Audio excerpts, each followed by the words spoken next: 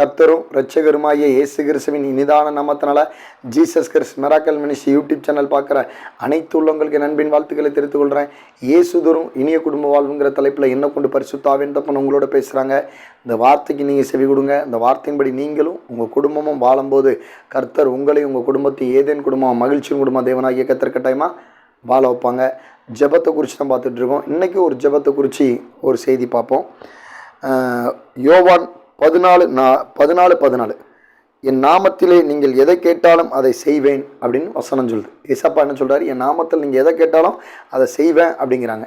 இப்போ பார்த்தீங்கன்னா ஒரு சில கிராமங்களுக்கு நான் ஊழியத்துக்கு போயிருக்க இடத்துல பார்த்தீங்கன்னா சில வயசான தாய்மார்கள் இருப்பாங்க, வயசான தகப்பன்மார்கள் இருப்பாங்க, ஒரு சில பாட்டிகள் இருப்பாங்க. ஐயா எனக்கு ஜெபம்லாம் பண்ண தெரியாதியா, ஆனால் இயேசுவை என்ன செஞ்சுருப்பாங்க, அறிஞ்ச பாட்டிமாராக இருப்பாங்க, அறிஞ்ச வயசான அம்மாவாக இருப்பாங்க.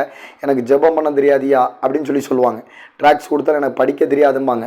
அப்போ நான் என்ன சொல்லுவோம்னா அவங்கள்ட்ட போய் நீங்கள் இயேசுன்னு சொல்லி மட்டும் கூப்பிடுங்க பாட்டி அப்படின்னு சொல்லி கொடுத்துருக்கேன். இப்போ இந்த வீடியோ பார்த்துட்டு இருக்க சகோதர சகோதரிகள், இந்துக்கள், ஆண்டவர் அறியாத மக்கள் பார்க்குறீங்க, இந்துக்கள் பார்க்குறீங்க, எல்லாருமே பார்க்குறீங்க. ஆனால் உங்களுக்கு சிம்பிளாக அந்த ஜெபத்தை நான் உங்களுக்கு என்னங்கிறத சொல்கிறேன். உங்களுக்கு ஜெபிக்க தெரியலும், கிறிஸ்தவங்களுக்கு நல்ல ஆண்டவருடைய வார்த்தையை வச்சு ஜெபிக்க தெரியும், ஜெபம்னு என்ன தெரியும். ஒரு சில கிறிஸ்தவ சகோதர சகோதரிகளுக்கும் படிப்பறியில்லாதவங்க ஜெபிக்க தெரியாதவங்களும் இந்த மாதிரி ஜெபிங்க. இயேசுவின் நாமத்தினால அப்படின்னு கேட்டால் என் நாமத்தில் எதை கேட்டாலும் அவர் செய்வாங்க. அப்போ நீங்கள் அதை என்ன செய்யணும், ஒரு தாகத்தோட, ஒரு உற்சாகத்தோட, ஒரு விசுவாசத்தோட இயேசுவின் நாமத்தில் பிசாசு கட்டுகள் அறுக்கப்படுவதாக, இயேசுவின் நாமத்தில் என் வியாதியில் சுகம் கிடைக்கி, இயேசுவின் நாமத்தில் என் தரித்திரம் மாறுது, இயேசுவின் நாமத்தில் என்ன என்ன பணக்காரனாக்குறாங்க, என்ன ஐஸ்வர்யனாக்குறாங்க, இயேசுவின் நாமத்தில் என்ன சொல்கிறது, எனக்கு வியாபாரம் நல்லா நடக்கட்டும், இயேசுவின் நாமத்தில் எனக்கு ஞானத்தை கொடுங்க, இயேசுவின் நாமத்தில் என்னுடைய இன்னும் வேலை சனத்தில் ப்ரொமோஷனை கொடுங்க. இந்த மாதிரி நீங்கள் ஜெபிக்கும் போது கட்டாயமாக அந்த ஜெபத்துக்கு என்ன செய்வாங்க, அதுக்கு முன்னாடி ஒரு வசனம் பாருங்க. அந்த ஜெபத்துக்கு நீங்கள் என் நாமத்தினாலே எதை கேட்பீர்களோ குமாரனில் பிதா மகிமைப்படும்படியாக அதை செய்வேன்.